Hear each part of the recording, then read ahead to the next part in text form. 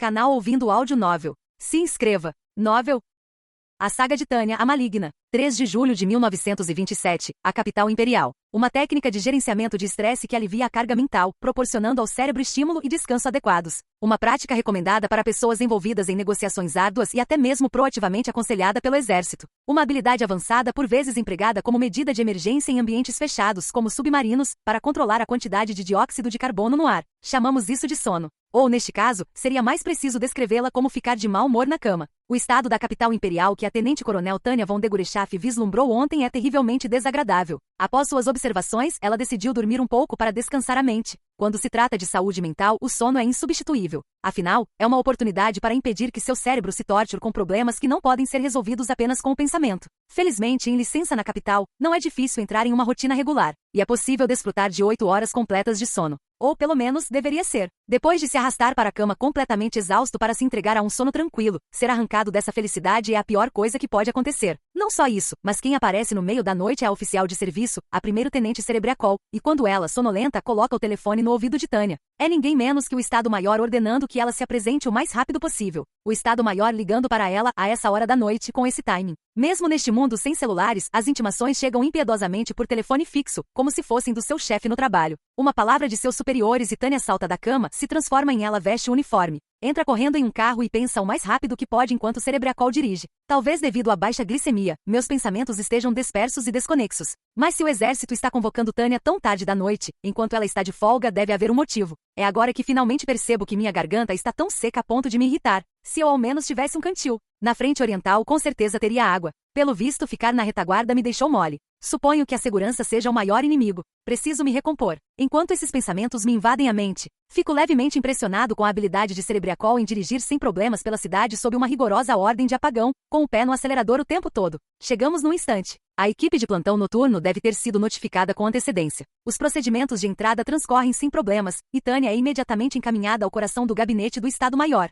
Pelo que pude observar, o Estado-Maior realmente nunca dorme, como dizem os rumores. Mesmo assim, é um pouco agitado demais. Até mesmo os funcionários corporativos movidos a energéticos que trabalham sem parar devem se cansar em algum momento. Os oficiais do Estado-Maior tentam disfarçar o cansaço, mas ele transparece em seus rostos. Ou melhor, seus rostos estão travados em expressões rígidas de máscara nó, mas a frustração transborda em seu comportamento. Isso não pode ser bom. O que está acontecendo? Sem conseguir encontrar uma explicação imediata, permaneço em estado de alerta máximo enquanto nos dirigimos ao escritório pertencente à fonte desta convocação. O tenente-general Rudersdorf, tenente-coronel Degureschaf, apresentando-se para o serviço, senhor. Obrigado por ter vindo, coronel. A expressão de desagrado no rosto do general deixa claro qual é a situação. No mínimo, tenho certeza de que são mais notícias. A única questão é saber de que tipo. Felizmente, a resposta a essa pergunta chega sem demora. Sem qualquer aviso prévio, o general diz, e o Doa só nos acolherá sob a condição de que nos desarmemos. Suas palavras são abruptas, mas até mesmo Tânia, com a cabeça ainda meio zonza de sono, consegue captar a mensagem no comentário de desgosto de Rudersdorf. Um aliado pedindo a outro aliado que se desarme?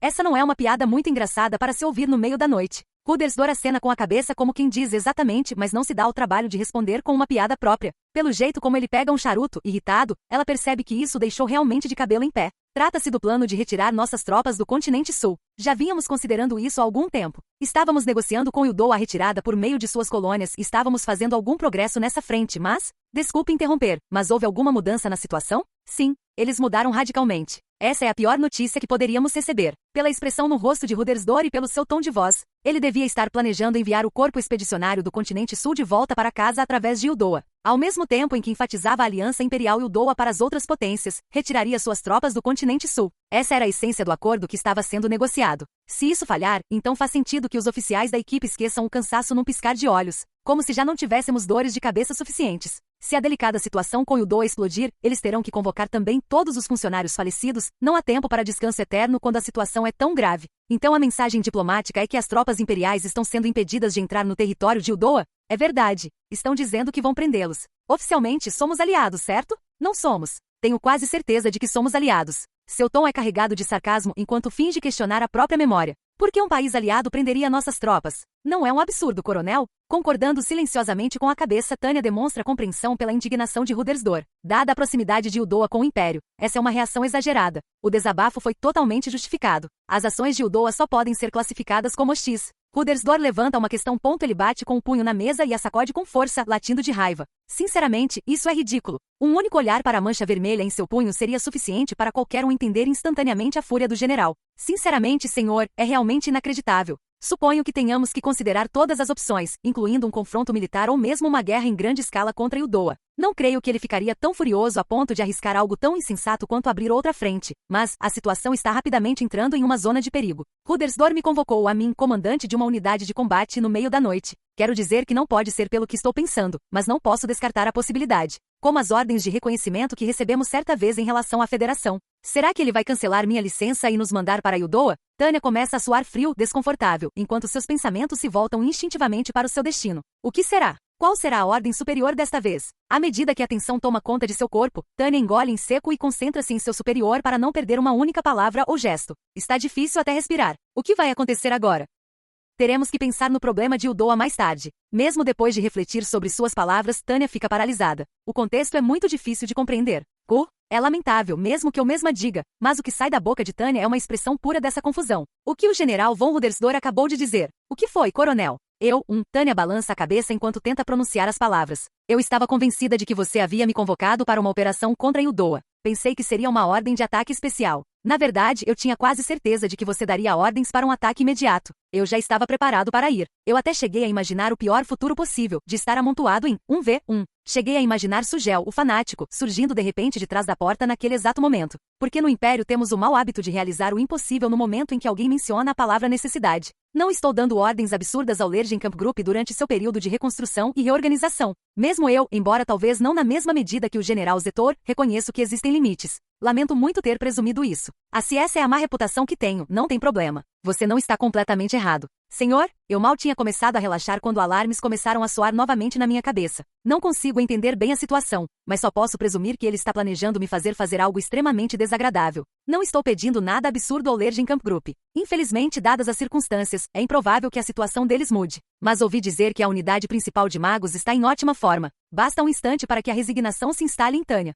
Mais do que qualquer outra coisa, um Camp Group é extremamente flexível. Os diferentes componentes estão organicamente ligados em uma unidade coesa, mas podem ser anexados ou separados conforme necessário, resultando em um nível de adaptabilidade que você não consegue com uma formação normal. Essa é uma vantagem que a própria Tânia enfatizou ao defender o conceito de Camp Group. Cada braço do Camp Group mantém um certo grau de capacidade de combate autônoma. Se solicitada a participar de uma operação como um destacamento, Tânia não tem motivos reais para recusar e, em qualquer caso, opor-se ao Estado-Maior seria praticamente suicídio. Ela acatará a ordem obedientemente e se dedicará a cumpri-la. Agora entendo por que você me chamou aqui. Ótimo, isso vai agilizar as coisas. Coronel, vou pedir que o senhor faça uma pequena flexão para trás para mim. Claro que sim. Quer dizer, você sempre me pede o impossível. Será que você poderia pensar em como nos sentimos em campo? É claro que esses comentários e reclamações sinceras nunca chegam à boca da Tânia. Esse tipo de resposta insolente não melhora a situação de Tânia e só pioraria a situação. Isso só prejudica sua energia e posição social. Não que reprimir os sentimentos seja bom para a saúde mental, mas que se dane tudo. Eu quero um emprego novo. Sério, preciso de um contato nos Estados Unidos. Preciso encontrar uma maneira de entrar em contato com alguém. Preciso que você resgate o corpo expedicionário do continente sul. A ideia é muito simples. Vamos persuadir a frota naval da comunidade a se retirar do mar interior. Estamos chamando isso de Operação Barbaroi. Aguardo ansiosamente o seu sucesso. Sim, senhor. Farei o meu melhor. A resposta de Tânia é concisa e clara, como deve ser no trabalho. Com os movimentos praticados que aprendeu no treinamento, ela responde às ordens com uma saudação firme. Em outras palavras, ela faz o seu trabalho. É exatamente como os funcionários do comércio que sorriem e dizem, é um prazer, independentemente de como realmente se sentem. Da mesma forma, Tânia não ganha muito nem recebe nenhum tratamento especial. Isso certamente configura uma violação das normas trabalhistas. Imagem. No mesmo dia, a comunidade, London 1, uma sala de reuniões no Whitehall. Próximo assunto então. No continente sul, o exército imperial está começando a dar sinais de que planeja se retirar. O relatório do agente de inteligência foi uma novidade. Para ser mais específico, era o tipo de relatório que não se ouvia com frequência. Para os presentes na reunião, essa foi a primeira boa notícia em muito tempo. Alguém assentiu com satisfação, como quem diz, finalmente. Já estava na hora. Eu não aguentava mais aqueles vermes malditos. Eles estão dando uma lição de moral ao Free Republic. Os senhores presentes eram todos planejadores-chave da Commonwealth. Ao mesmo tempo, eram humanos. Quando chegam notícias favoráveis, até os grupos mais tensos tendem a relaxar um pouco. Tanto os imperialistas quanto os republicanos me dão dor de cabeça. As queixas expressas por esses senhores estavam repletas de ressentimento, do tipo sofremos tanto. Cada um saboreando um charuto ou chá à vontade, talvez estivessem se exibindo, mas também expressavam um alívio sincero. O Império é o nosso verdadeiro inimigo, com certeza, mas aqueles caras da República Livre, ou seja lá como se chamam, Jogam todo o combate para cima de nós e depois acham que podem voltar e reivindicar a vitória quando tudo acabar. Entre a República e a Federação, somos verdadeiramente abençoados com amigos incríveis. Nós também temos os colonos, não é? Eles são ótimos amigos. Uma conversa leve, repleta de piadas e sarcasmo mordaz. Este foi um exemplo magistral do jeito John Bull de dizer o oposto do que se pensa. O que poderia ter parecido um contraponto era, na verdade, apenas uma adesão à mesma queixa. Esses traidores, às vezes chamados de colonizadores, nunca estão dispostos a derramar sangue. E são eles os melhores amigos que nós, servos civilizados de Sua Majestade o Rei, podemos ter. Quão baixo caiu nossa grande nação. Suas palavras foram duras, mas refletiam o sentimento de muitos na comunidade. Os Estados Unidos eram um grupo de colonizadores exemplar. Eles seguiam claramente uma das tradições mais queridas da comunidade, alcançar seus objetivos sem derramar uma gota de sangue. Era ótimo que eles estivessem apoiando o esforço de guerra. Mas o fato de os Estados Unidos alegarem neutralidade e depois tentarem ficar com as partes mais interessantes para si próprios está em consonância com o comportamento da Federação e da República Livre. Eles poderiam tentar fingir o contrário, mas suas intenções eram óbvias. O primeiro-ministro franziu a testa ao redor da mesa e disse: "É irritante, mas não podemos ficar aqui nos lamentando. Vamos ao trabalho, senhores." A pedido do primeiro-ministro, o oficial de ligação do exército redirecionou seus esforços e começou a delinear o conteúdo do relatório de inteligência. O exército imperial parece estar se movimentando com a intenção de se retirar. Seu corpo expedicionário do continente sul praticamente já cessou suas operações. O primeiro-ministro assentiu, indicando que era bom. Dito isso, não podia aceitar incondicionalmente. Balançou a cabeça levemente e perguntou sobre seu receio. Seria ótimo se fosse verdade, mas dizer que eles apenas parecem estar se movimentando com a intenção de se retirar significa que você não pode afirmar com certeza? Nossa operação de reconhecimento em força foi repelida, então não podemos ter certeza. Mas eles não demonstram nenhum sinal de estarem se preparando para uma ofensiva. Espere um momento, disse o primeiro-ministro, gesticulando com as mãos antes de expressar sua dúvida. Esses caras são espertos. Será que não estão simplesmente reunindo suas forças secretamente para o próximo ataque? Não, primeiro-ministro. Segundo nosso informante no porto, o equipamento pesado está estocado, mas tudo indica que eles estão se preparando para enviá-lo para a retaguarda. Confirmamos que algumas de suas forças blindadas já foram enviadas de volta. Eles jamais enviariam tanques de volta para o país de origem antes de uma invasão. Isso era um sinal claro. Podia até ser considerado definitivo. Ótimo. O primeiro-ministro acatou a posição do exército. Assim chegaram a um consenso. Após muita tensão, a dor de cabeça com a situação no continente sul logo ficaria para trás. A maré estava virando a favor da comunidade. O general Rommel foi excelente como tático. Ele é um bom homem, mas não tem jeito para a estratégia. No fim das contas, ele não passa de um tenente-general. Foi porque se sentiam seguros de sua posição superior que puderam elogiá-lo indiretamente com um risinho irônico. Seus comentários, que lembravam uma ostentação sobre a saúde de suas presas, misturados à sua paixão pela caça-raposa, criavam a atmosfera de uma festa de salão. Um comandante inimigo, por mais excepcional que fosse, sempre seria alvo de críticas e ridículo por parte desses homens. É claro que, com a mesma frequência, seus desprezos eram dirigidos uns aos outros. Parece que o exército teve muito trabalho com ele. O comentário mordaz foi dirigido a um homem fardado por um homem de terno. A situação se arrastou por muito tempo. Ele devia ser excepcional, porque se não fosse, como poderíamos suportar isso? Enquanto os civis avaliavam silenciosamente o aparente fracasso do exército, um homem com a patente de general se levantou para defendê-los. Tenho certeza de que a excelência do nosso inimigo será registrada nos livros de história. O general Rommel travou uma magnífica batalha de manobras. E podemos deixar muitas lições para a história. Este foi um grande exemplo de coragem diante de um leão, apesar de quaisquer restrições que os políticos possam ter imposto às forças armadas. O soldado continuou em tom de descontentamento. Durante numa fase que deveria ter sido tratada com estratégia, fomos forçados a enfrentar um brilhante estrategista no nível puramente tático. Militares de elite não gostam de entrar no palco que o inimigo monta. Acho que será uma grande lição histórica sobre relações entre militares e civis. Os políticos pareceram contrariados, mas os membros do exército acharam a ironia justificada. Se o país de origem se recusasse a acompanhar o ritmo da República Livre e não fornecesse tropas suficientes, mas depois criticasse a derrota militar, quem não ficaria decepcionado? A disputa de olhares entre os civis e os oficiais militares se resumia ao fato de serem ambos John Bulls, termo pejorativo para policiais britânicos, que compartilhavam uma linguagem de sarcasmo e ironia em sua essência. Não havia nada de divertido em estudar os rostos uns dos outros. Pelo menos, a maioria deles achava que havia maneiras melhores de passar o tempo. Por exemplo, descobrir a melhor maneira de frustrar os odiados imperiais. Então, devemos apresentar uma de nossas especialidades para este ilustre oficial imperial? Ele marcou muitos pontos. Precisamos de uma grande virada para garantir a vitória neste jogo. Todos assentiram em concordância. Continuar perdendo só colocaria em risco a reputação de um cavalheiro. Ainda não acabou a nossa vez. Tentar abandonar o jogo no meio para garantir uma vitória é ultrajante. Não podemos permitir isso. O comentário espirituoso fez com que vários dos homens rissem baixinho, com um sorriso malicioso. Na guerra e no amor, tudo é válido. Os inimigos, tão queridos a ponto de desejarem matá-los, fugiam com o rabo entre as pernas. Não havia razão para permitir que retornassem triunfantes à sua terra natal. Pelo contrário, a Commonwealth deveria dar-lhes uma festa de despedida. E daí? Estão recuando por Uldoa? Não, nosso embaixador fez um excelente trabalho. Yudoa prometeu manter-se firmemente neutro. Inconscientemente começaram a sorrir mais amplamente. Sem Yudoa como escudo e mediadora, o Império tinha pouca esperança de garantir a passagem segura pelo mar interior. Aquelas eram águas da Commonwealth. Essa foi uma vitória clara para o Ministério das Relações Exteriores. Enquanto a Marinha Real Britânica detivesse o domínio das águas, a Commonwealth, soberana dos oceanos, jamais permitiria uma retirada imperial tranquila. Isso significa que o Império tem a opção de se render a nós ou a Yudoa. Bem, tenho certeza de que eles optarão por fugir para as colônias de Yudoa. Aquele comentário divertido indicava claramente que não havia muito futuro naquela direção. Se ele tivesse um pouco mais de imaginação, teria sido capaz de compreender que os Yudoanos também estavam sobrecarregados pelas tropas imperiais. Os Yudoanos, oscilando como morcegos entre dois lados, provavelmente não queriam lidar com o exército imperial, seja em suas colônias ou em casa. Era aceitável que a comunidade polaco-lituana e o Império se atacassem mutuamente, mas Yudoa não queria se envolver pessoalmente. Os cálculos de um país neutro baseavam-se puramente na razão e na lógica. Em comparação com a Federação ou o Império, que eram impossíveis de decifrar, a comunidade demonstrava uma certa simpatia pelos oportunistas Yudoa, ou seja, era semelhante ao que sentiam pelos colonos.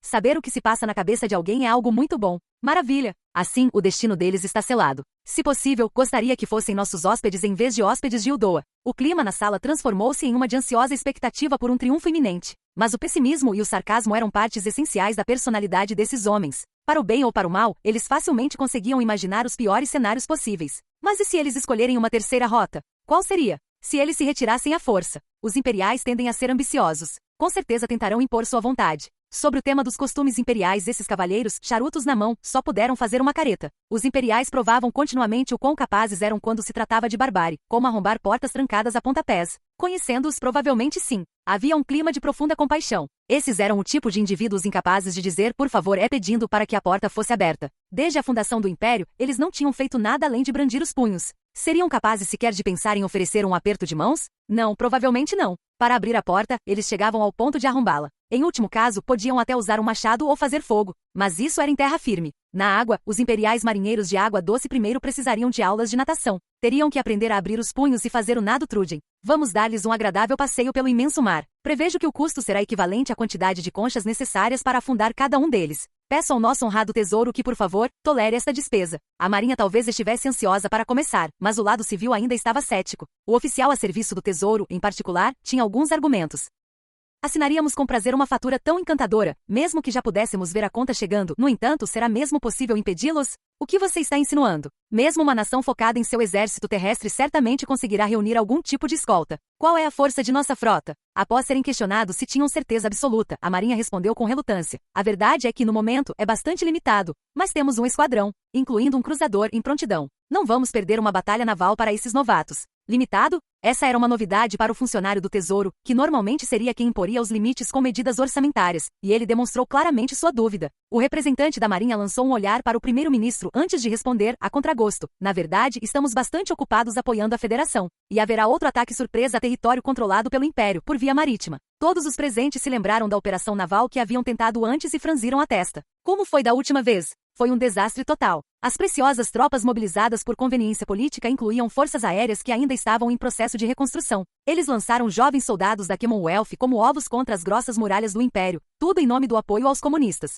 É claro que eles conseguiram algo. O objetivo estratégico de impedir que o Império concentrasse forças no leste foi alcançado, mas o preço pago foi exorbitante. De novo isso? Sob essa pressão silenciosa, o lado militar prosseguiu rapidamente com a explicação. Não se trata de um grupo de ataque de porta-aviões lançando um ataque total ao território imperial. Desta vez, adotaremos uma abordagem mais restrita e eficiente. O que isso significa? Onde você quer chegar com isso? Uma operação especial de pequena escala, uma manobra de diversão e um objetivo tático bem definido. É complexa, mas o número de forças que estamos mobilizando não é enorme. Essa é toda a sua explicação? Diziam os olhares que recebiam. O primeiro-ministro, que havia sido informado do plano com antecedência, deu uma tragada em seu charuto enquanto cumprimentava os militares. Não tem problema contar um pouco mais para eles. Muito bem, primeiro-ministro. Agradecendo-lhe com o olhar, o oficial naval começou a falar, escolhendo as palavras com cuidado. O que estamos planejando é uma manobra de diversão no mar interior. Ao realizar um ataque limitado em uma área delicada perto da fronteira de Yudoa, pretendemos aumentar a pressão sobre as forças imperiais. O principal objetivo da proposta que ele esboçou era simplesmente uma manobra estratégica.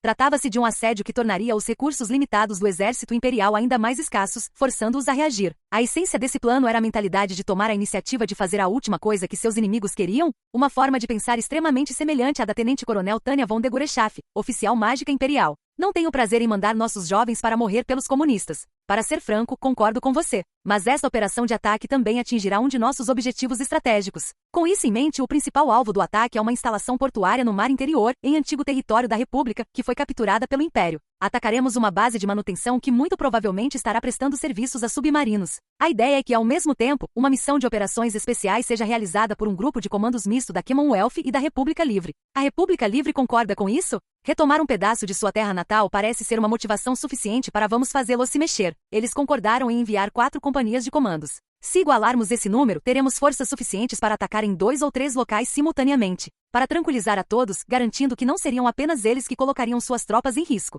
Os oficiais da Marinha enfatizaram mais uma vez que seria uma operação relativamente simples. Por favor, compreendam se eu não revelar os alvos exatos. Mas podemos esperar obter informações significativas com tudo isso. Mesmo que soframos pesadas baixas, pelo menos teremos cumprido nossas obrigações com a Federação. Ótimo. Embora seja óbvio que espero que tenhamos sucesso. Enquanto a concordância e os elogios se espalhavam pela mesa, um grupo de pessoas pareceu apreensivo ao intervir. Só mais uma coisa do Ministério das Relações Exteriores. Se estivermos realizando uma operação no mar interior, estaremos operando bem ao lado de Uldoa. Deveríamos reforçar as fundações? Em resposta à pergunta do diplomata, o primeiro-ministro deu uma resposta tipicamente otimista. Bem, imagino que esteja tudo bem.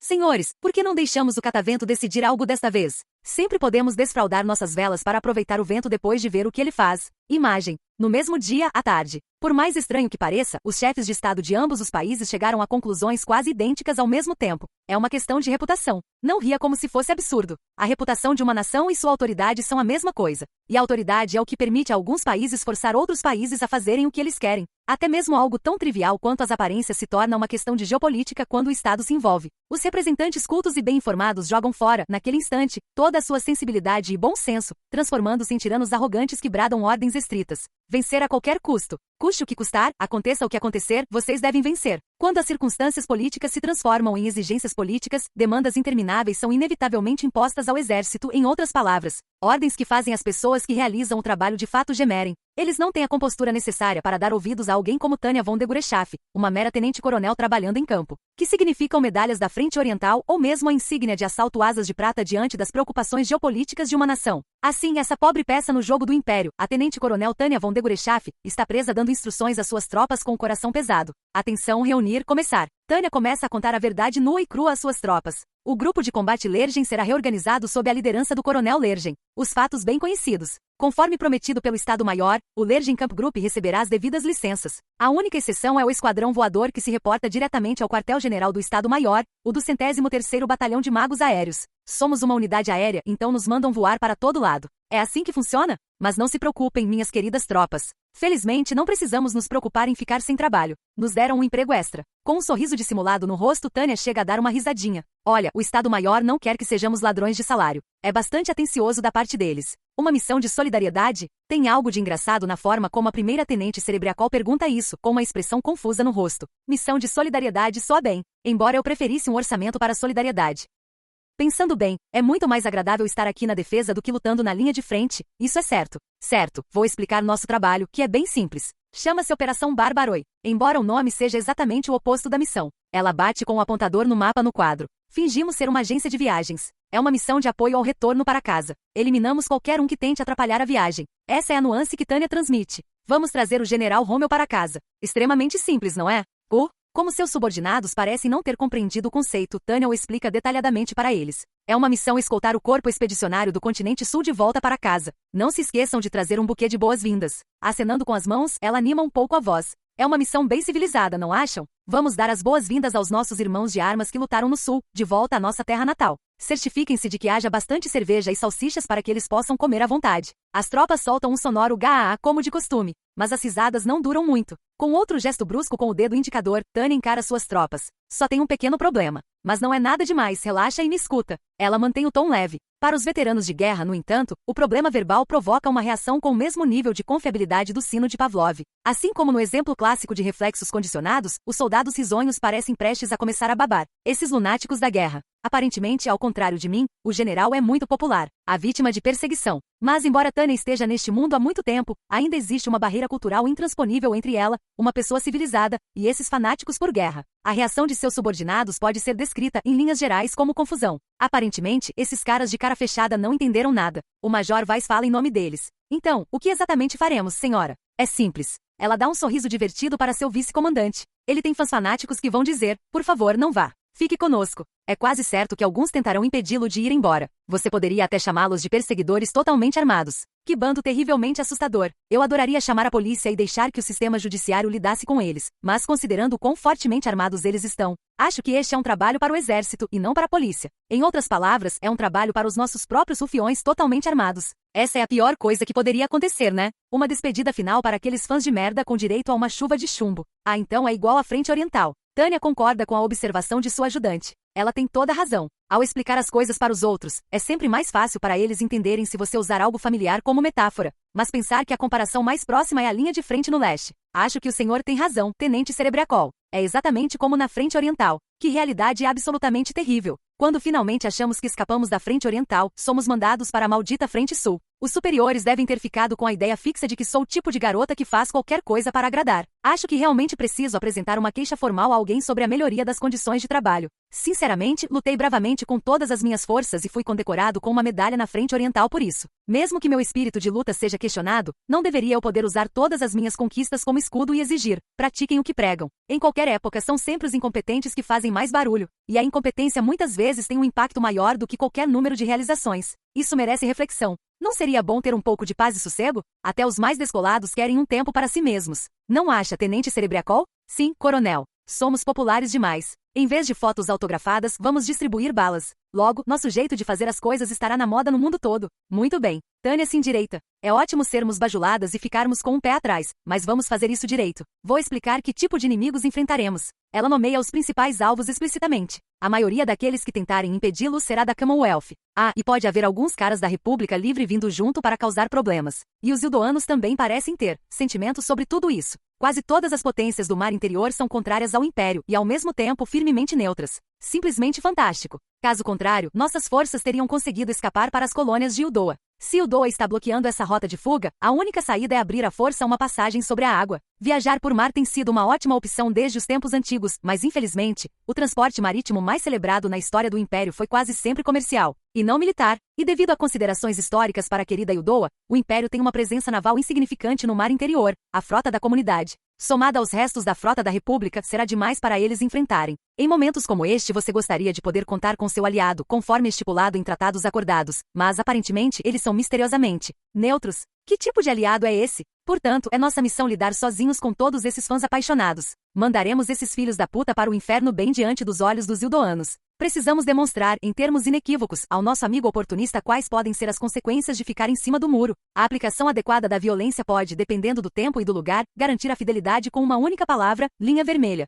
O que complica as coisas é o fato de que nosso objetivo é apenas apoiar a retirada do corpo expedicionário do continente sul. Serei franco com você. Nosso inimigo é uma frota naval. Esta será uma nova forma de luta para nós. Quando Tânia termina de falar, alguém levanta a mão com uma pergunta. Não é como se estivessem seguindo uma ordem de hierarquia, mas Weiss é a primeira a interromper, parecendo perplexa. Se o objetivo é resgatar nossos companheiros de tropa, então a missão não muda, certo? Essa é uma boa observação, Major Weiss. Mas a natureza da questão é diferente. Senhora, esse é, sem dúvida, o ponto principal e também o maior problema. Vale a pena repetir que a principal força inimiga será uma frota. Ela enfatiza propositalmente a palavra frota, exibindo uma expressão sombria. Uma boa explicação da situação sempre incluirá uma indicação clara do que o comandante considera que as tropas precisam ter em mente. O problema é que temos que encarar o fato de que o do 113º Batalhão de Magos Aéreos não é particularmente excepcional em combates marítimos. Estamos falando de nós. Não somos relativamente decentes? Major Weiss, analise bem a realidade. O senhor está nos dando pontos demais. Precisamos aceitar que nosso desempenho na água não é tão bom quanto em terra. Pensando bem, a única vez que conseguimos aprovação em uma operação naval conjunta foi durante uma missão de ataque a alvos em terra. Quando o combate é contra navios de guerra, mal conseguimos passar com algumas correções. Além disso, não temos muita experiência. Estivemos lutando na Frente Oriental durante todo esse tempo. Isso faz de nós uma unidade com bastante tempo de combate, mas tem o efeito infeliz de nos dar uma especialização acentuada em um único tipo de ambiente. Para ser franco, executar o mesmo tipo de operação repetidamente pode causar a síndrome de Galápagos. Já faz muito tempo que o do 113º não enfrenta uma frota naval. Para uma unidade aclimatada ao pântano da Frente Oriental, a perspectiva do mar é motivo de grande ansiedade. Estamos encarando uma dura realidade, tropas. Considerando como foram as batalhas marítimas em Norden e ao norte, sou obrigado a admitir que a água é a nossa fraqueza. Portanto, precisamos superar essa fraqueza, independentemente de os substitutos participarem ou não da missão. Este é um bom momento para aulas complementares de navegação. Ter um pouco mais de conhecimento pode fazer uma grande diferença. Essa é a importância da educação. Todos nós temos alguma experiência em lutar contra magos da marinha, mas não o subestimem. Imagino que alguns de vocês estejam mais desprevenidos depois dos combatentes da Commonwealth que temos enfrentado na frente oriental. Pessoas com experiência muitas vezes fracassam porque confiam demais em sua experiência.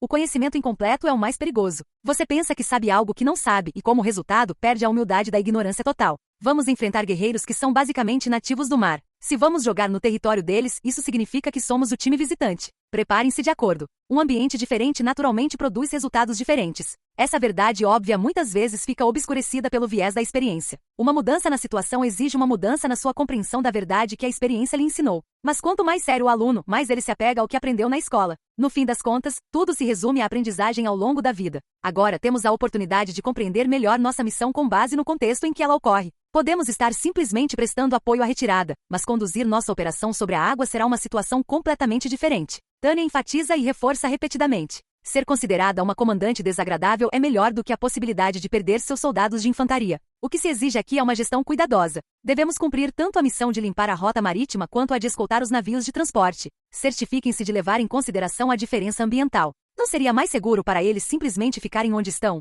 Essa é uma opinião válida, Tenente Grants. Se você e o Tenente Tospan estivessem lá, poderiam dar a ordem de defender até a morte e o que tivesse que ser, seria. Mas estamos falando do General Rommel. Ele não é do tipo que fica parado sem fazer nada. Ah, certo. Os oficiais sorriram lembrando-se. Aquele general podia morrer e ainda assim estar impaciente. Ele era do tipo que atacava primeiro com firmeza, não importava o cenário. Tenho certeza de que você está certo. Diante de uma pilha de pedras, é muito menos provável que ele construa um muro do que as atire no inimigo. Calma aí, Major. Você se esqueceu de tudo? Não há mais pedras dignas de nota naquele deserto nostálgico. Ha. Dos veteranos, aqueles magos que estavam no Reno já haviam estado no continente sul antes de serem enviados para a frente oriental. Cobertos de areia e lameados, não nos distanciamos muito da época em que brincávamos na lama quando crianças. Oh, como a guerra corrói nossa humanidade. Que absurdo misturar ferro e sangue com brincadeiras de pular em poças de lama. Muito bem, pessoal. É tudo por hoje. Vamos para o sul, certifiquem-se de que seus estoques de lanches aguentem o calor. E não venham reclamar se o chocolate derreter e vocês acabarem com um problema de insetos. Ela bate palmas para sinalizar o fim da explicação. Alguma pergunta? Uma mão se levanta. Surpreendentemente, é Grants quem começa tudo de novo. Poderiam nos informar a força estimada da frota de cada lado? Ele acrescenta pensativo que o que quer que ela saiba está ótimo, e Tânia dá de ombros. Não é como se fosse um grande segredo. Senhora, Tenente Grants, vou ser direto. A disparidade no poder naval é insuportável. Uma nação marítima versus uma nação continental. Como nação continental que não tem outra opção senão priorizar as forças terrestres, do ponto de vista da relação custo-benefício. Enfrentar a marinha de uma nação marítima é impossível. É logicamente óbvio demais. Não tenho como saber como nossas forças navais estão posicionadas, mas você está dizendo que não podemos contar com a presença de grupos de escolta. Como o inimigo vem fazendo? Grant se pergunta em voz alta, mas por que ele não percebe? É algo que ele entenderia se pensasse por um momento, então ela quase fica chateada com ele. De jeito nenhum. Entendeu a indireta? Desculpe, coronel. Eu realmente não sei muito sobre a marinha. Alguém, por favor, explique isso para ele. Quase digo isso em voz alta antes de me dar conta de algo. Grants é um dos raros graduados da academia no batalhão. Mesmo contando com Cerebriacol que passou pelo currículo acelerado, graduados são raros. Não admira que não saibam nada sobre o mar. Major Weiss dê a eles algumas aulas complementares mais tarde. Bem, peço desculpas por perguntar, mas eu também gostaria de uma explicação. O que é você também? Geralmente pode-se contar com o bom senso de Weiss, então, se nem ele tem um domínio sólido do combate naval, bem, que droga. Isso faz com que o nível de conhecimento de Grants seja o médio. Ah, suspira Tânia enquanto vasculha suas memórias. Que horror pode ser a especialização excessiva. Nossa marinha praticamente não tem navios que possa enviar para o sul. Não é zero, mas incrivelmente próximo de zero. O que temos, além de submarinos, é um navio de guerra capturado da antiga república, um simples cruzador que nem sequer estava em condições de navegar, retirado à força dos diques secos com blindagem obsoleta. O que temos mal pode ser considerado uma frota de superfície. Praticamente não havia navios de guerra na Marinha Imperial. Se for para considerar algo, talvez o pseudo-cruzador pesado com canhão de 203 mm. Só pelo poder de fogo, fica claro o quão deprimentemente impossível seria um confronto entre frotas. Se não conseguirmos igualar a força dos canhões, poderíamos compensar com o bom e velho ataque noturno submarino, exceto pelo fato de que nossos submarinos têm apresentado problemas com seus equipamentos. Essencialmente, os membros mais dedicados da Marinha Imperial têm pouquíssimas boas notícias para esperar. O melhor que esses submarinistas podem ouvir é: recebemos torpedos que podemos realmente usar. Assim, é fácil imaginar a qualidade dos nossos explosivos. O maior problema de todos é que definitivamente não temos destroyers suficientes patrulhando o mar interior. Assim, a conclusão é clara. A Marinha é um bando de ladrões de impostos. Ou, no mínimo, os comandantes dos navios de superfície no sul estão recebendo muitas regalias. Cortem as despesas com algumas instalações portuárias e manutenção de navios e enviem a diferença para a frente oriental, por favor. Independentemente do resultado, caso a Marinha Eldoana se juntasse ao nosso lado na luta, o envio da Marinha Imperial é praticamente inútil. É verdade que existem elementos diplomáticos e históricos em jogo aqui. O sul para mim, o norte para você. Esse é o resumo da oferta de Uldoa. No fim, nosso querido amigo Uldoa queria que a Marinha Imperial se concentrasse em lidar com a frota doméstica da Commonwealth. O Império tinha pouco interesse em expandir-se para o sul, e por isso um acordo foi firmado. A manutenção naval que o Império realizava se concentrava na frota de alto mar claro. Não acho que essa escolha tenha sido totalmente ruim. Havia um propósito nisso. Mas considerando o quanto a Marinha da Commonwealth supera a nossa, sou obrigado a admitir que grande parte desse esforço foi contraproducente. Para usar uma metáfora que vocês reconhecerão, nossos navios de superfície no sul não passam de alvos fáceis para a Marinha da Commonwealth. São como as antigas unidades de magos da Federação, aqueles comandantes de navios de superfície inúteis. Almoçar às custas do Estado, nossa, como eu gostaria. Se possível, gostaria de receber um salário sem trabalhar e ser xingado como um funcionário público parasita. Mantendo essa fúria internalizada, Tânia suspira. Dito isso, é verdade que podemos contar com suas capacidades anti-submarino, o que significa que eles poderão escoltar os barcos pelo menos. Mas em termos de eliminar o principal poder de fogo do inimigo, o Major Mágico à minha frente tenta estimar com precisão o que a Marinha pode fazer, e eu o reavalio como uma pessoa surpreendentemente justa. Sempre me impressionou sua notável ética de trabalho. Mas em tempos de guerra, a avaliação de que ele age de forma justa ao competir com a Marinha por recursos o torna um participante no mercado ideal. Com licença, senhora, mas será que nosso batalhão realmente pode auxiliar em uma retirada do continente sul nessas circunstâncias? Essa é uma ótima pergunta, Major Weiss. Na verdade, eu também me pergunto a mesma coisa. O máximo que podemos fazer é ficar de olho em submarinos. Ou se tivermos que combater navios, nossa única opção real é incendiar suas superestruturas com explosões ou fórmulas óticas. Mesmo que recebamos ordens para afundar os navios de guerra inimigos, o limite do que podemos fazer é atingir materiais inflamáveis que possam causar explosões secundárias. Aproximar-se para um ataque será praticamente impossível, a menos que os magos marinhos inimigos durmam demais e convenientemente percam a batalha. Dito isso, não é nisso que eu preciso estar pensando. Aparentemente haverá uma reunião adicional do Estado-Maior. Ela murmura. Ele deve chegar a qualquer minuto, e um instante depois de olhar para o relógio, seu superior aparece. Desculpem a demora, pessoal.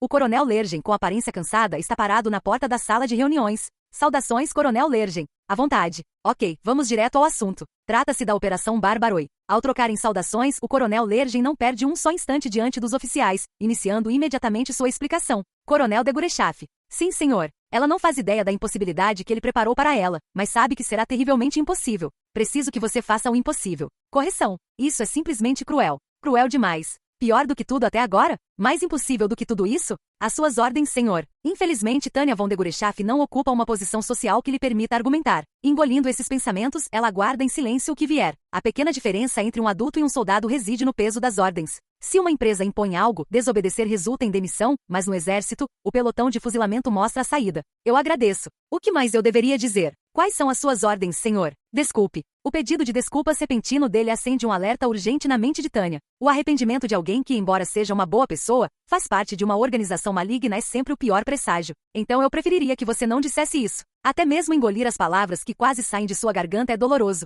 O arsenal técnico preparou uma chave que abrirá algumas portas para nós. Preciso que você a insira na fechadura. Uma chave? Abrir uma porta à força? Tenho a sensação de já ter ouvido isso antes. Espere, não. Me disseram a mesma coisa durante a Operação Arrombamento. Abre-te, Sésamo. Jamais me esquecerei de ter sido levado para território inimigo dentro de um movido a hidrazina. E provavelmente nunca perdoarei isso também. Essa experiência é meus instintos. Tudo está me alarmando. Preciso fugir. Mas essa resolução não surge com a rapidez necessária. Vou pedir que ele explique pessoalmente. No exato momento em que Lergen começa a falar, um homem bem apessoado entra na sala. Ele se aproxima de uma maneira completamente normal. Sem explosões, sem estrondos, sem ruídos estranhos. Ele exibe um sorriso radiante e seu comportamento é natural. Ora, olá, tropas. Ele parece tão educado que Tânia fica sem saber, a princípio, quem é. Coronel de Gurechaf. Já faz bastante tempo. Doutor? A graça de Deus também deve ter iluminado seu caminho. Fico feliz em ver que você ainda está inteiro. Ele caminha até ela e aperta a mão de Tânia com tanta força que chega a doer. Ele deve estar tentando cumprimentá-la com um aperto de mãos, mas a sensação é mais de um pesadelo em que sou forçada a fazer um pacto com o diabo. O calor estranhamente intenso das mãos do engenheiro-chefe Sugel é profundamente perturbador. Se não fosse pela aparência, Tânia a sacudiria imediatamente, desinfetaria as mãos e as mergulharia em água gelada para enxaguá-las. Se certo. Não precisa contar para todo mundo, não se preocupe. Eu entendo perfeitamente suas preocupações. Você reza se perguntando como pode proteger todos os seus compatriotas, não é? Ele coloca a mão no peito. Vai ficar tudo bem, deixe comigo. Eu preparei a chave. É perfeitamente segura. Tudo vai correr sem problemas. Instigada a acompanhá-lo, Tânia e os outros oficiais mágicos são levados a um certo lugar que está coberto por uma lona. Essa é a definição de déjà vu. De volta à margem do Reno, algo muito parecido com isso aconteceu. Ah, droga! Eu consigo literalmente ver o futuro. O poder da clarividência é meu por este instante. Eu simplesmente sei disso. Sigam-me, pessoal. É logo aqui. Ele arranca a capa e fica ali parado, de cabeça erguida. Na verdade, ele abre os braços como se estivesse fazendo uma proclamação. Aquela expressão horrível, aquela tenacidade arrepiante, e algo que faz Tânia se encolher com um gemido. Eis aqui. É isto. Ali está consagrado um enorme, longo cilindro. Um torpedo. Não importa como você olhe, é 100% um torpedo. E a menos que eu esteja vendo coisas, está claramente equipado com uma cabine do tamanho de um ser humano. Essa é a V2. É uma arma verdadeiramente revolucionária. O médico faz com que cada palavra que profere transborde importância, e o entusiasmo de Tânia vai diminuindo cada vez mais. É maravilhoso. Honestamente não consigo acreditar que me foi dada a oportunidade de apresentar algo tão maravilhoso a todos vocês. Com isso, estou plenamente convencido das bênçãos do Senhor. Com licença, mas isto é...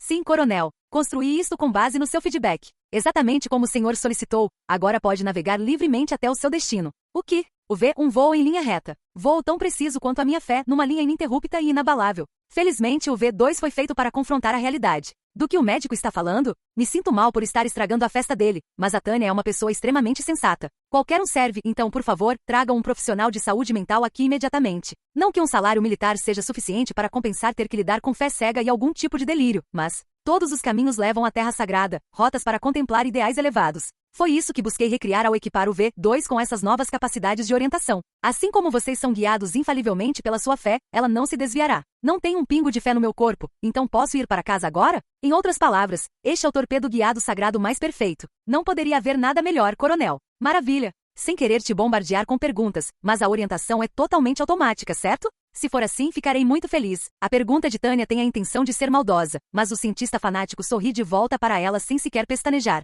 Ah, eu me sentiria muito melhor se pudesse dar um soco naquela cara suspeita dele. Não se preocupe, Coronel de Gurechaf. Eu não roubaria a cena de alguém com quem já orei. Somos companheiros na busca da glória de Deus, não é mesmo? Pode acreditar em mim. Suas palavras não oferecem nem 1 milímetro de alívio. Não me olhe com esse sorriso doentio como se entendesse. Sou apenas um oficial do Exército Imperial. Uma negação indireta. Infelizmente, esse tipo de gente não entende a mensagem, não importa o que você diga. Sugel, o engenheiro, teria entendido que ela quis dizer que era uma soldado, não uma crente que já faleceu. O médico que sofreu lavagem cerebral e se tornou extremamente devoto, não dá ouvidos a ninguém. Tânia balança a cabeça. Acho que ele não ouviu ninguém desde o início. Assim como vê, tudo que você precisa fazer é lançar isso contra o inimigo. E escapar. Você terá uma ótima visão dos inúmeros explosivos a bordo destruindo qualquer problema que estiver enfrentando. Então, o que ele está dizendo é que seremos torpedos humanos. O fato de ele ter aprendido com os italianos e os ter equipado com um sistema de fuga é, bem, apenas uma coisa boa. Mas que diabos? Parece que não há emprego para nós. Isso vai lançar fogo concentrado na forma de magos. Certamente essa é uma maneira ideal de resolver seus problemas.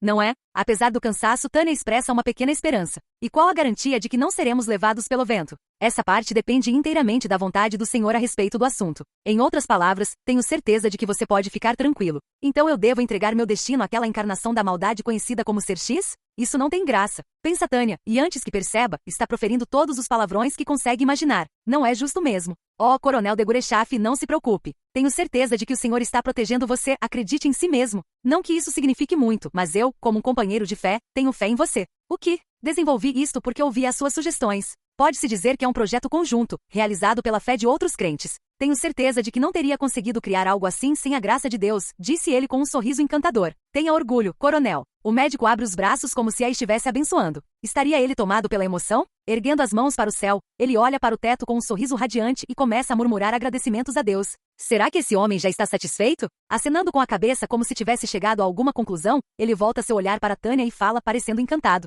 Essa coisa é praticamente nosso filho. Ah, um torpedo esplêndido, não é? Simplesmente maravilhoso. Ser criança? Não se preocupe. Ela é um bebê lindo. Eu a dei à luz, mas você plantou a semente. Se não fossem pelos regulamentos insípidos de batismo, eu teria pedido ao general Zetor para ser o padrinho. Você está dizendo que eu sou o pai e você é a mãe?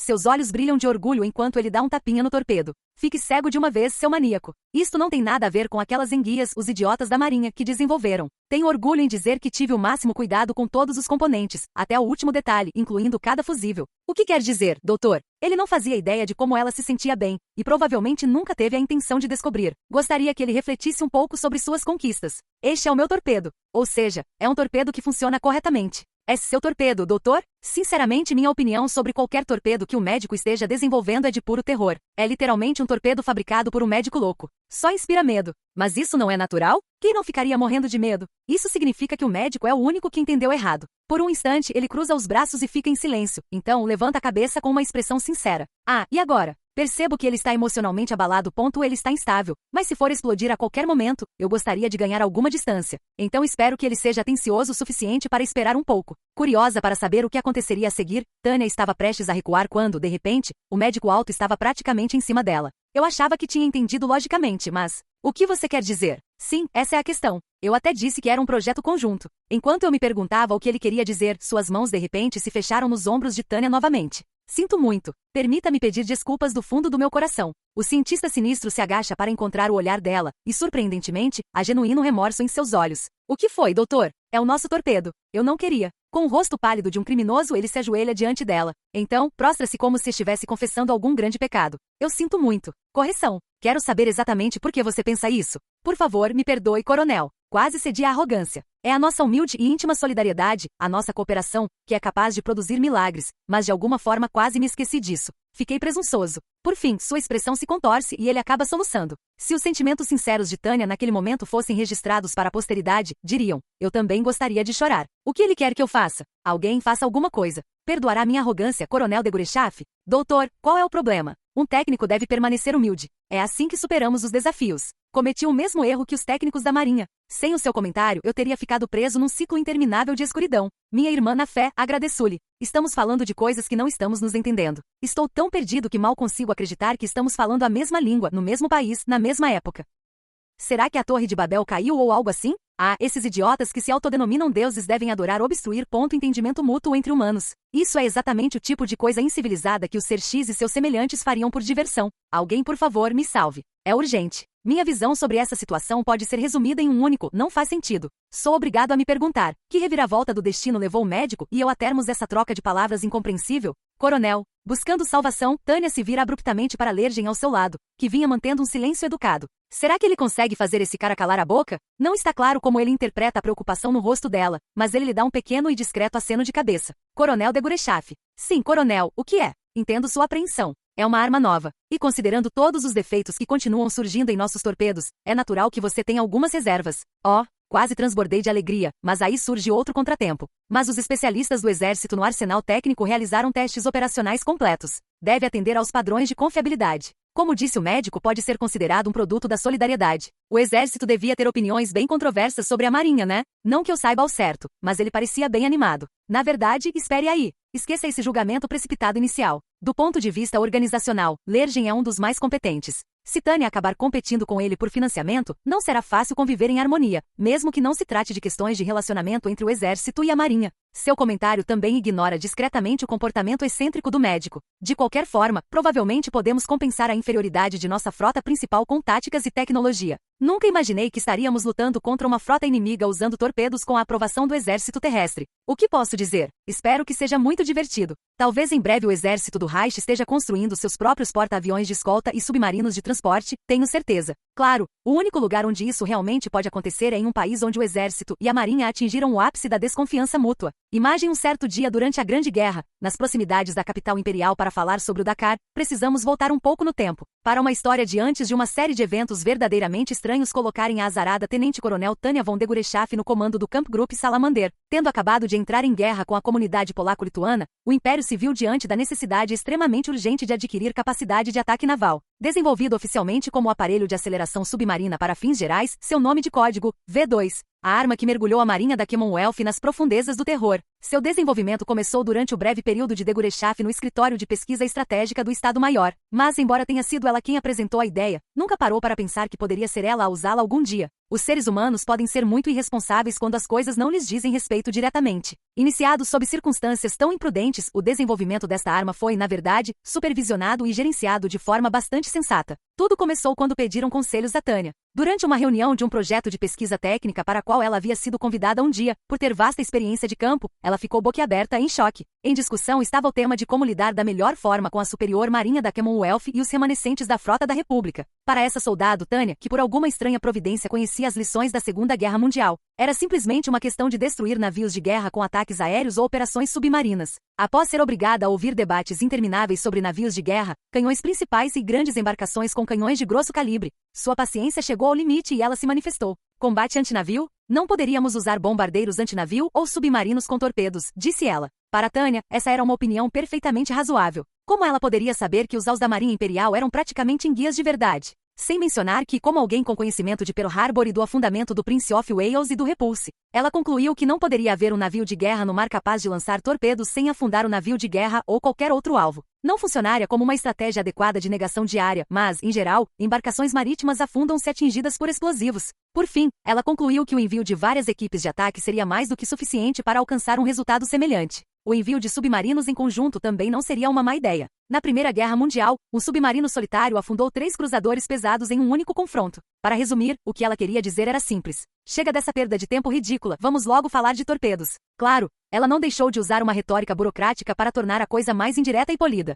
Considerando a superioridade das forças navais inimigas, a medida ideal para as forças armadas imperiais é aniquilar essas forças com um ataque de torpedos. Mas a resposta que ela recebeu foi uma que jamais imaginara. Coronel, não podemos detê-los com nossos submarinos. Sinceramente, por que só submarinos? A resposta foi tão difícil de compreender que ela ficou paralisada. Tânia jamais teve a menor intenção de sugerir que as unidades de submarinos da Marinha Imperial travassem sozinhas uma batalha decisiva contra os navios capitais inimigos. Ela apenas queria dizer que os navios deveriam ser afundados usando o que estivesse disponível e fosse viável, um esquadrão de porta-aviões, explosivos subaquáticos, uma unidade de ataque terrestre e qualquer coisa na verdade. Ela disse que seria um ataque com torpedos. Ninguém jamais disse que precisava ser realizado por navios. Eu me referia principalmente ao uso das forças aéreas, embora eu proponha que se considere seriamente a possibilidade de submarinos operando em função de apoio. Se ao menos tivéssemos essas coisas, coronel. Nossas forças armadas não possuem torpedos que possamos enviar contra navios. Foi um mal-entendido por descuido, devido ao meu desconhecimento dos detalhes da força aérea enquanto mago. Até que lhe disseram naquele exato momento. O tenente-coronel mágico Tânia von de Gurechaff não tinha se dado conta de que a força aérea deles não possuía bombardeiros torpedeiros. Afinal, o Teatro de Operações do Pacífico, em sua memória, estava repleto de ataques aéreos com torpedos. E ela sabia que o golpe devastador que afundou o Bismarck foi desferido pelo velho Fire e Swordfish. Para alguém assim, a existência de bombardeiros torpedeiros é algo óbvio. Assim, Tânia ficou perplexa. O que? Naquele instante, cada fibra do seu ser pensou. Como assim, eles não existem? Por quê? Por que eles não existem? A pergunta era tão profunda que transpareceu em seu rosto por uma fração de segundo. E a expressão que frequentemente suscitava comentários sussurrados também desapareceu.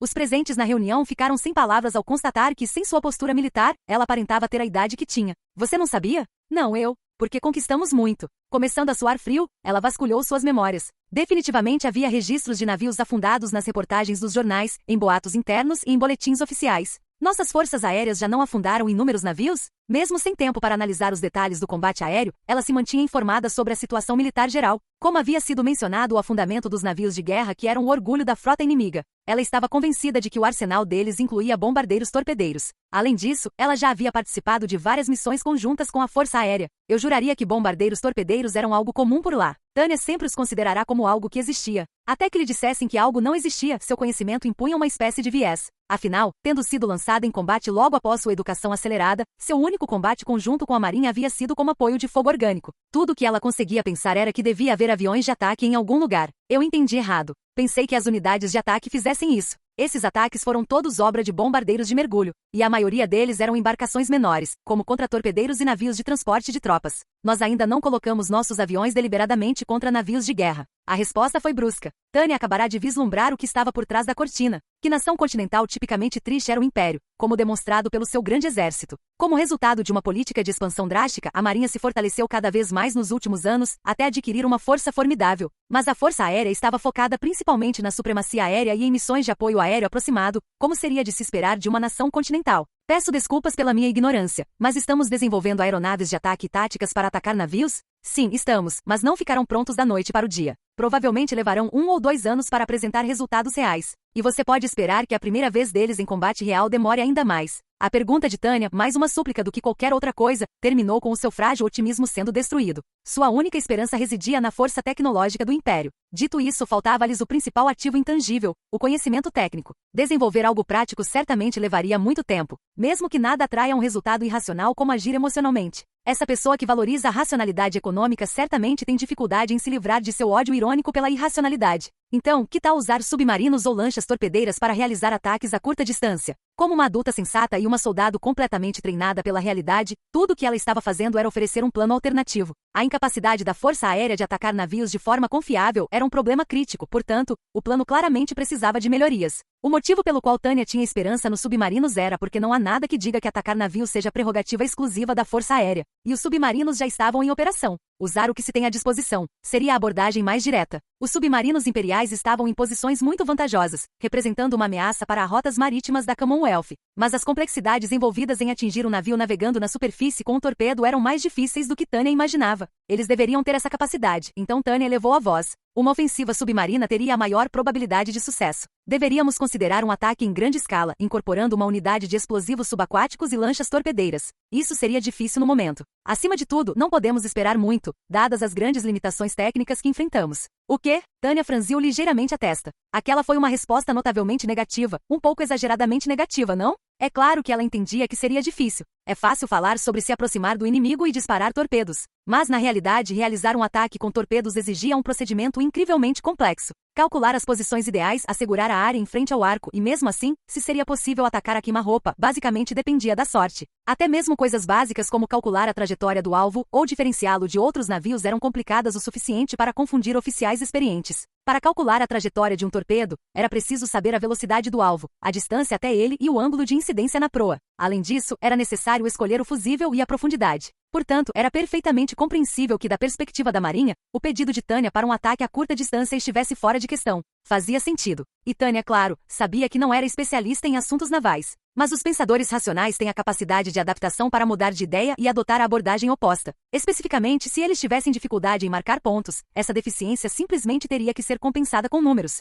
Se um em cada 100 tiros acertasse o alvo, então, contanto que houvesse 100 tiros, o alvo certamente seria atingido. Vamos inverter a situação. Temos torpedos, certo? Não poderíamos resolver o problema com quantidade? Sim, temos, mas as plataformas potenciais para elas são limitadas. Não temos o suficiente que nos permita aniquilar de forma confiável todas as naves inimigas. Mas eles já tinham considerado todas as ideias dela. Os técnicos tendem a se inclinar para a inovação, mas a equipe de operações sempre fez o melhor que pôde. Eles adotaram todas as medidas possíveis para melhorar a baixa taxa de acerto tanto no treinamento quanto no uso real. Assim, para os participantes que estavam encurralados, buscando uma boa ideia e, portanto, pedindo opiniões de quem já atuava na área, era o mesmo debate de sempre. Se a reunião fosse apenas uma repetição de sugestões que já tinham ouvido, não parecia que iriam tirar muito proveito dela. Assim que começaram a pensar nisso, Tânia murmurou algo. Então vamos colocar magos em torpedos. Podemos lançar torpedos tripulados tanto por tubos de disparo quanto destacáveis dos próprios submarinos. Aí os magos podem guiá-los até os navios inimigos. Que tal? A imaginação de uma pessoa sob pressão é algo realmente impressionante. Tânia havia dito isso casualmente no decorrer da conversa.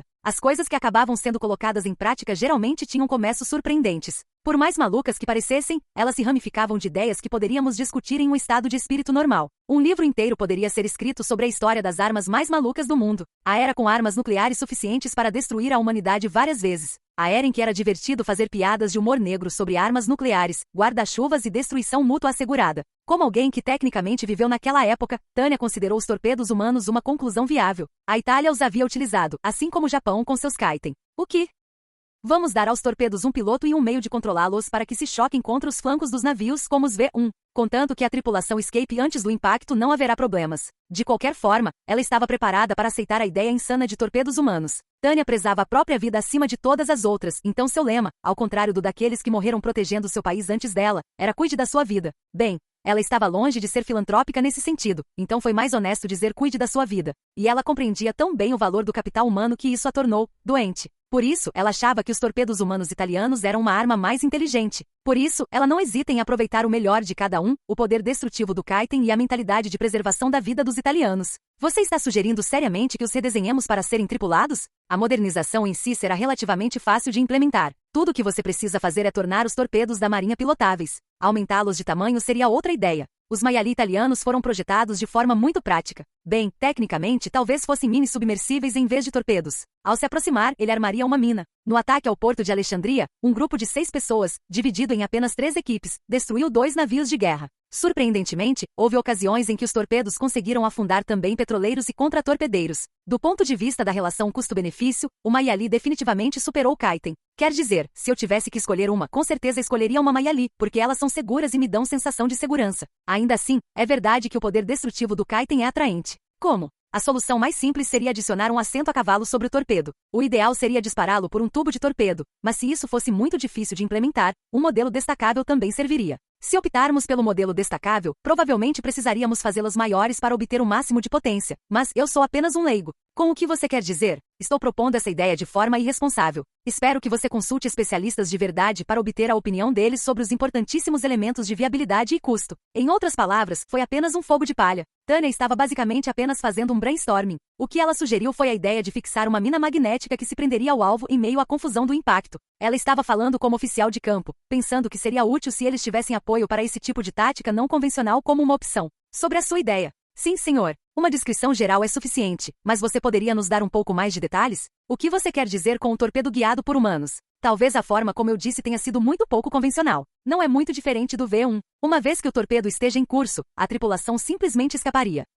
Foi aí que ela percebeu que não tinha dito o suficiente. Não seria bom confundir Mayali com Kaiten. Podemos considerar usá-los para outras coisas além de ataques a navios. Por exemplo, acho que usar pequenos torpedos como barcos poderia ser promissor. Pequenos torpedos como barcos. A voz perplexa levantou uma pergunta natural. Podiam olhar para ela com caras de interrogação o quanto quisessem, mas não era como se, sabe? Ela não achava que estivesse dizendo nada tão estranho. Estou pensando em missões que envolvam infiltrar e destruir instalações portuárias. Poderíamos usar minas magnéticas para devastar navios inimigos enquanto eles estão ancorados. Só teríamos que decidir se deixaríamos a tripulação ser feita prisioneira ou se usaríamos submarinos para resgatá-los. Bem na frente do inimigo? Isso seria suicídio. Essas armas autodestrutivas causariam muitas baixas. É claro que Tânia não estava dizendo que todo o exército deveria usá-las. Ela reconhecia que isso se distanciava bastante dos métodos de ataque ortodoxos. Estou imaginando usá-los como barcos subaquáticos em operações puramente especiais. Sei que seria um método extraordinário, mas pense na relação custo-benefício. Você tem uma estimativa específica? Como ainda não foram testados em combate real, não posso afirmar nada.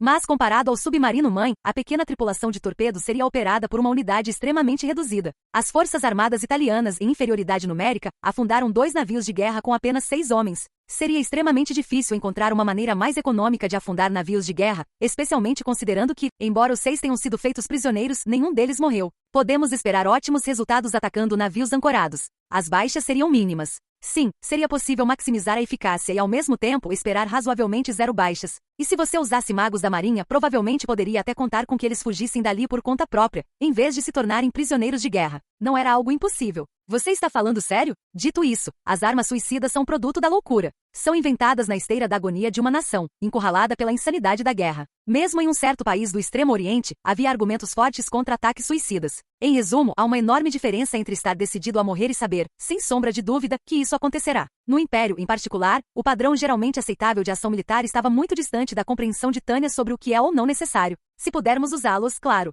É apenas uma ideia, mas acho que é uma boa ideia. Mas a guerra é sinônimo de ser forçado a situações extremas. Caso contrário, jamais seria descrita como guerra total. Partindo dessa premissa, Tânia não consegue entender a dificuldade de reduzir vidas humanas a meros números. Como quando, antes da Primeira Guerra Mundial, um general britânico vislumbrou o futuro nas lições da Guerra Russo-Japonesa, mas todos os outros o consideraram louco. A guerra transforma noções fixas por meio do estudo com a professora conhecida como experiência, que cobra um preço muito alto. Por outro lado, quanto mais razoável uma pessoa, mais ela tendia a pensar no futuro a partir da perspectiva de noções fixas e do senso comum. Em outras palavras, Tânia parecia um monstro que agia segundo uma lógica e princípios simplesmente incompreensíveis. É claro que Tânia possuía apenas um conhecimento histórico razoável. Não, quero dizer, algum desses planos para melhorar os torpedos é realmente possível de ser implementado? Na verdade, quem falava estava tentando bloquear os planos aparentemente malucos, alegando que eles pareciam difíceis de executar, embora Tânia não fizesse ideia de que isso fosse verdade. Não sei muito sobre tecnologia de torpedos, mas posso responder a sua pergunta da perspectiva de um mago aéreo. Por favor, explique.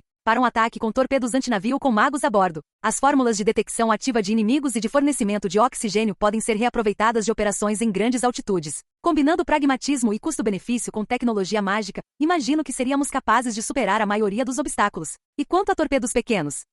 Isso é ainda mais simples. Reduzindo a quantidade de munição, podemos colocar uma bateria ou algo parecido na proa para melhorar a mobilidade. Que submarino mais prático poderia existir? Não posso me esquecer de fazer um seguro. Claro, não tenho certeza se eles podem ser fabricados de acordo com as especificações usando a tecnologia atual. Podem surgir desafios de projeto que eu não previ. Você quer dizer que será uma inovação baseada principalmente em combinações de tecnologias já existentes? Sim, acho que o desenvolvimento de baixo risco é o melhor. O que lhe veio à mente foi um mau exemplo de um país em outro mundo que apostou todas as suas fichas na tecnologia e fracassou. Os alemães tinham o péssimo hábito de ficarem tão obcecados em reverter a situação da guerra com novas e estranhas armas que isso teve sérios efeitos colaterais em suas linhas de produção existentes. Mas, devido à sua experiência como adulta trabalhando em RH, Tânia é realista quanto à diferença entre o valor esperado e a realidade. Afinal, ela não estava falando em teoria, mas sobre eventos que de fato aconteceram e coisas que de fato existiram. Em relação à viabilidade, ela sempre teve o cuidado de não proceder de forma imprudente. Qual é a opinião geral do arsenal técnico? E ela não se esquece de lançar a pergunta aos especialistas, seja por diplomacia ou por um desejo de se esquivar da responsabilidade. Para todos os outros, simplesmente parecia que ela não ia deixar que eles se safassem com desculpas, mas ela não sabia disso. Para Tânia, ela estava apenas seguindo o protocolo. Para ela, era natural respeitar as opiniões dos especialistas em uma discussão extremamente técnica. Ignorar os engenheiros durante a criação de uma ferramenta de gestão interna era o mesmo que pedir para que ela não desse certo. Desta vez não foi diferente. O arsenal técnico, bem, se for uma encomenda, provavelmente conseguiríamos criar um protótipo com bastante facilidade. Não será muito complicado ampliar os torpedos e criar espaço interno para magos. Quando questionados, os especialistas geralmente respondem com sinceridade. E esses caras não queriam ser lembrados como a equipe que não conseguiu superar um desafio técnico. Se conseguirmos fazer isso, conseguiremos. Essa é a força de uma profissão especializada, assim como sua fraqueza. Os profissionais tendem a fazer qualquer coisa porque podem. Vamos ver como a pesquisa avança no arsenal técnico. Não posso simplesmente decidir enviar tropas para a morte por capricho. Uma missão em que eles devem estar determinados a morrer é uma coisa, mas missões em que a morte é o único resultado. É claro que a vida humana é a prioridade máxima. Sou firme nesse ponto. Os participantes da reunião estavam ansiosos para encontrar uma maneira de alcançar um avanço. Todos, desde o presidente até o último funcionário, concluíram a contragosto que não tinham motivos para recusar. Por isso, o projeto foi aprovado para desenvolvimento apenas para testá-lo. Ótimo. Gostaria que a Marinha ao menos considerasse a ideia. Arguin, quando foi que isso saiu da minha boca? Enquanto esse pensamento irritante surge sem ser convidado, Tânia olha para o horizonte com um olhar distante. Me vem à mente 5 palavras. Você colhe o que planta. Essa é uma realidade difícil de engolir. Mas por mais grotesco que pareça, as sementes que plantei realmente levaram diretamente a essa situação. Sem pensar, Tânia começou a comentar sobre os equipamentos da Marinha, apenas imaginando distraidamente como seria útil ter Mayali. E agora é ela quem está sendo transformada em um torpedo humano. É difícil chamar isso de divertido. Imagem. 12 de julho de 1927, ano unificado, Orla Marítima Interior. As unidades de submarinos da Marinha Imperial que navegavam no mar interior foram originalmente equipadas com o mesmo padrão do restante da frota. Em outras palavras, os torpedos que lhes haviam sido atribuídos não serviam para absolutamente nada. O fato de poderem falar disso no passado era uma boa notícia tanto para eles quanto para o desenvolvedor dos torpedos. Uma melhoria drástica nos fusíveis significou uma enorme redução em absurdos como acertar alvos diretamente com projéteis defeituosos, explosões no lançamento e fusíveis magnéticos que passam direto pela frota inimiga. As enguias finalmente evoluíram para os torpedos que o departamento de submarinos tanto esperava. Mas mesmo com essa boa notícia, não foi como se os torpedos padrão tivessem se tornado a solução definitiva. São armas comuns, nada de especial. Embora não fossem extremamente velozes, priorizavam a confiabilidade mecânica e eram movidos à eletricidade. Uma excelente escolha de projeto para a eficiência de fabricação. Seriam lançados no ávido mar interior para serem usados em ataques comerciais. Naturalmente, isso significava que os submarinos ali destacados também estariam envolvidos na caça a navios mercantes. Mas a situação estava mudando, um pouco. Era assim que parecia para as tripulações veteranas. O primeiro sinal que notaram foram ordens estranhas dos superiores para fazer reparos. Há algum tempo, vinham recebendo ordens para equipar seus submarinos com acessórios enormes e misteriosos. Surpreendentemente, seus protestos de que isso afetaria a velocidade debaixo d'água foram ignorados, e as equipes do dique seco prosseguiram com as modificações especiais, conforme as instruções rigorosas e decisivas. Ao verem o resultado, era natural que ainda mais capitães se opusessem veementemente à presença deles em seus navios. Apesar disso, as unidades de submarinos, em uma atitude rara, foram obrigadas a acatar a medida sem qualquer explicação além do fato de serem ordens. Era apenas uma questão de tempo até que diabos é isso se tornasse uma nova saudação comum. Para o bem ou para o mal, apenas os passageiros e a tripulação do submarino-mãe sabiam a verdade. Eles a revelaram publicamente, afirmando que eram a favor das novas armas. Essas modificações possibilitaram o transporte do míssil V2. O consenso entre todos os membros da tripulação que foram informados do plano era invariavelmente: esses caras perderam o juízo. A rigor, não eram apenas eles. Os magos aéreos que seriam embarcados concordaram plenamente. Para ser completamente franco, até mesmo os engenheiros do arsenal técnico estavam céticos. O único que transbordava confiança era o inventor. Enquanto muitas pessoas, incluindo as tripulações dos submarinos, questionavam a sanidade do projeto com perguntas como "vocês estão mesmo fazendo isso?", o engenheiro-chefe Sugel liderou o arsenal técnico no processo de equipar os submarinos com os enormes e desajeitados acessórios. Eles foram até gentis o suficiente para dar aos submarinos uma despedida eufórica com 3 vivas, certos de que funcionariam exatamente como projetado. Foi o tipo de despedida que realmente te fazia sentir vontade de não fazer o seu trabalho. Se naquele momento os jabos da Commonwealth tivessem alvejado o cais com tiros de metralhadora e explodido os engenheiros, eu teria dado 3 vivas a eles. O devaneio era um pouco pró-inimigo demais para se ter a bordo de um navio de guerra, mas isso apenas demonstrava a enorme pressão mental que Tânia estava sofrendo no momento da partida. Ela se distraiu, olhando melancolicamente para o cais, até eu fiquei surpreso com o quão distraído eu estava. Antes que pudéssemos perceber, eles já estavam em alto mar. Quer dizer, as legendas são lentas. Eles não conseguem navegar a mais de 10 nós. Para um mago aéreo que viaja regularmente a velocidades com um dígito a mais, são insuportavelmente lentos. Leva um bom tempo para chegar a uma distância suficiente no mar para que a paisagem mude. Mas essa não é a única coisa que a está incomodando. O mais intrigante de tudo é que, apesar da operação ter acabado de começar, tudo está correndo conforme o planejado. As tropas se misturam com o pessoal de serviço, fornecendo apoio de vigilância. Acho que nunca estivemos tão dentro do cronograma. Com um sorriso irônico, olho para o mar aberto e contemplo o belo azul. O tempo está tão calmo que consigo apreciar o quão relaxante é observar o rastro do submarino. Que coisa mais enigmática é chegar na hora. É tão estranho e perturbador, especialmente para alguém que até recentemente tinha encontros irregulares com comunistas nas vastas planícies do leste. Somos apenas um grão de areia no imenso azul. Bem, acho que somos um grupo de submarinos, então mais como um bando de grãos de areia. O mar é vasto demais. A frente oriental também era vasta, mas o mar interior parece ainda maior. Missões de busca e destruição de submarinos são um exemplo clássico de algo mais fácil de dizer do que fazer. Mesmo Tânia, que participou de diversas operações submarinas e fez viagens suficientes em submarinos para não ansiar por outra, não consegue esconder que a ideia de procurar inimigos em um submarino parece um tanto cômica.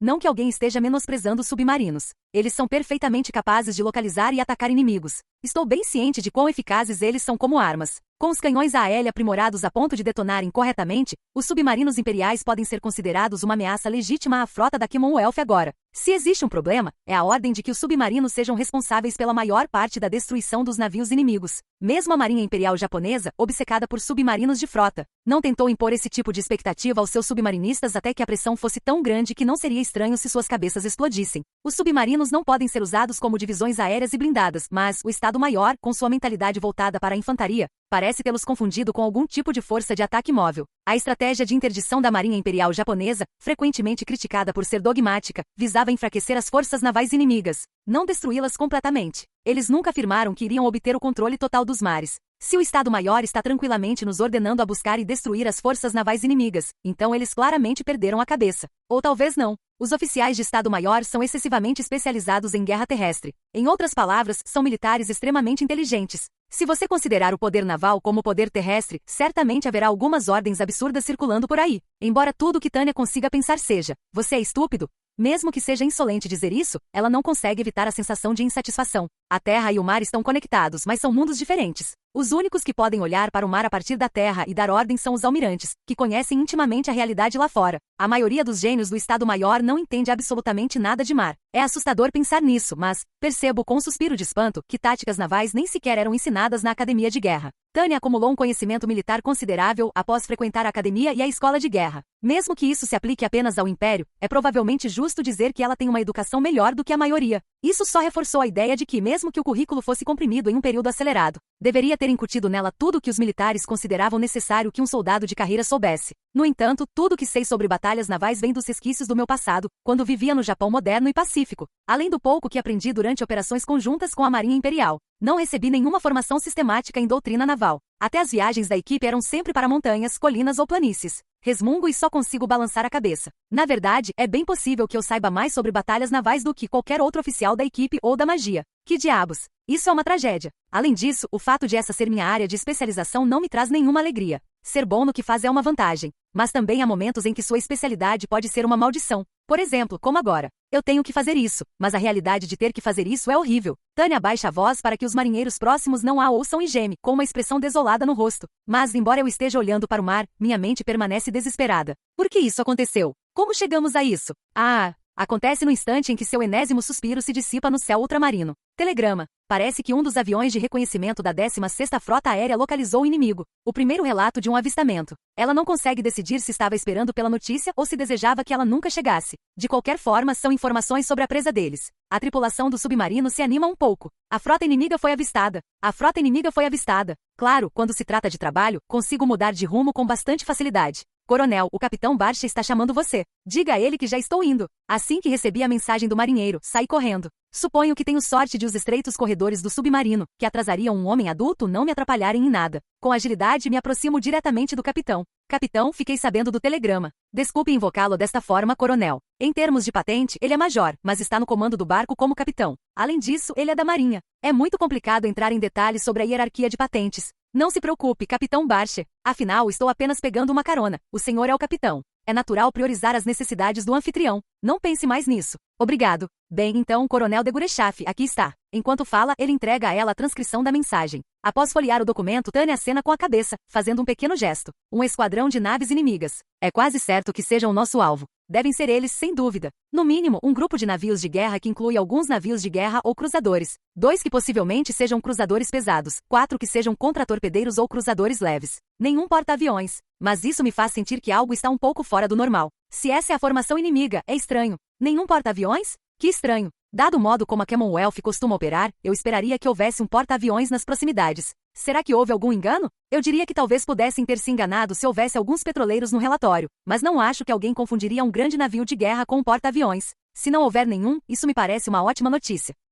Tânia acena com a cabeça em resposta aos comentários de Barche, mas não está satisfeita e inclina a cabeça para o lado. A importância dos porta-aviões não pode ser subestimada. Eles dominam o mar. Certamente. Dito isso, no momento, podemos presumir que ainda não o encontramos. Sim, é importante fazer uma busca minuciosa. No entanto, e talvez eu não esteja me expressando da maneira correta, mas... se nossos aviões de reconhecimento não estão sendo perseguidos por caças inimigos de apoio direto, isso não seria uma evidência circunstancial de que eles não estão presentes? É verdade, os canários estão cantando sãos e salvos. Se as aeronaves de reconhecimento conseguem realizar sua missão sem serem incomodadas, posso entender como isso indica que não há nenhum porta-aviões por perto. Aeronaves baseadas em porta-aviões são adversárias traiçoeiras. De modo geral, os porta-aviões também são tripulados por uma grande quantidade de unidades de magos da Marinha. Então a ausência de um porta-aviões é algo que ela pode realmente comemorar. Então podemos realmente afirmar que não há nenhum porta-aviões inimigo? Não devemos baixar a guarda, mas acho que podemos ter esperança. Tânia sorri ao concordar. Imagino que descobriremos assim que fizermos contato. Afinal, informações antecipadas são todas não confirmadas.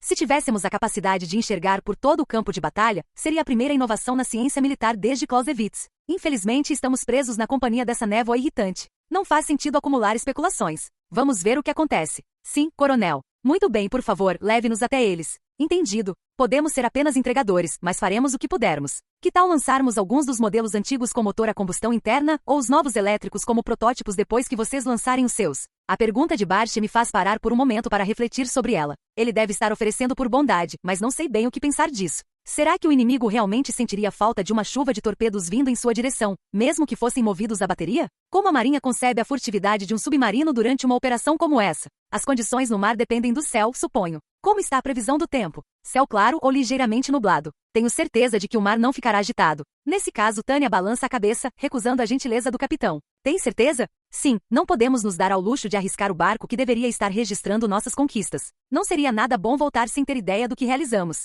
As conquistas são usadas para racionalizar tudo. Se for preciso, temos permissão para entrar em Udoa, mas o fato de obtermos resultados ou não mudará a forma como nossa nação nos tratará depois de tudo. Se entrarmos em Udoa sem termos conquistado nada, é fácil imaginar que o prestígio do Império sofrerá um baque. Embora, para evitar problemas, eu preferisse evitar Udoa completamente após a greve. Isso se deve a um motivo diferente do problema interno. Ou seja, Udoa, nosso aliado, é surpreendentemente neutro para um aliado. Se alguém de um estado beligerante aparecesse de repente, poderia ser feito prisioneiro sem qualquer questionamento. Pessoalmente, acho que valeria a pena considerar a possibilidade de ser detido por essa potência estritamente neutra. Se isso significasse garantir minha segurança pelo resto da guerra. Mas, dada a estranha relação entre Udoa e o Império no momento, não tenho certeza se daria certo. É possível que acabássemos sendo usados como moeda de troca. Não há nada de seguro nisso. É difícil prever as implicações a longo prazo, mas a curto e médio prazo, é muito provável que isso afete negativamente minha posição no Império. Considerando a situação atual, Tânia só deve recorrer a Yudoa depois de esgotar todas as outras opções. Assim,